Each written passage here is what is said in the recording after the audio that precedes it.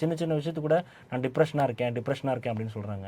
நீங்கள் ஒரு மனநல மருத்துவர், உண்மையாக அந்த டிப்ரெஷன்றது எப்படி டாக்டர் இருக்கும்? அதை இப்போது பிறந்த குழந்தை பேச ஆரம்பிக்கும் போது நான் டென்ஷனாக இருக்கேங்குது.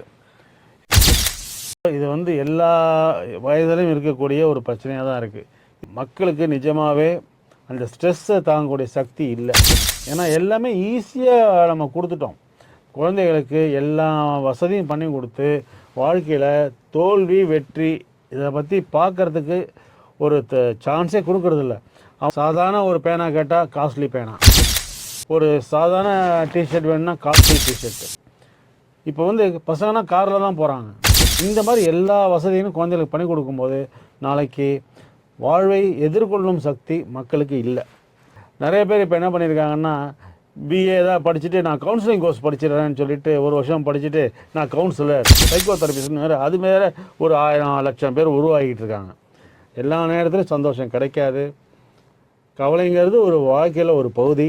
இந்த டிப்ரெஷனுங்கிற வியாதி இருக்குது அப்படின்னா என்ன அர்த்தம்னா, அவங்களுக்கு வந்து தன்னம்பிக்கை குறையும், தாழ்வு மனப்பான்மை இருக்கும், இருக்க வேண்டாம் அப்படிங்கிற எண்ணங்கள் இருக்கும், வேலை செய்கிற நாட்டம் இருக்காது, அழுவாங்க, சின்ன சின்ன விஷயத்துக்கு அழுவாங்க, உடம்பெல்லாம் வலிக்குதுன்னு சொல்லுவாங்க, கான்சன்ட்ரேட் பண்ண முடியாதுன்னு வேலையை ரிசைன் பண்ணுவாங்க. இந்த மாதிரி தான் டிப்ரெஷனோட சிம்டம்ஸ்.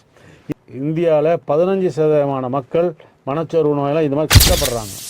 இவங்களுக்கு ப்ராப்பராக கவுன்சிலிங் தெரப்பி வேண்டியது தான். இவங்களுக்கு இதெல்லாம் காரணம் செரட்டோனின்கிற கெமிக்கலும் நாரபினெஃப்ரின்கிற கெமிக்கலும் மூளையில் சரியாக வேலை செய்யாதனால தான் இந்த மாதிரி ப்ராப்ளம் வருது.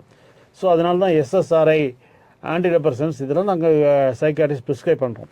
அதெல்லாம் சாப்பிட்டு தெரப்பியோடு இருந்தால் இந்த மனச்சோர்வு நோயை வெல்லலாம். டிப்ரெஷனுங்கிற ஒரு பாப்புலர் ஆக்கி அது ஒரு ஃபேஷன் ஆக்கிட்டாங்க. அதனால தான் எல்லாமே டைல்யூட் ஆகிடுது.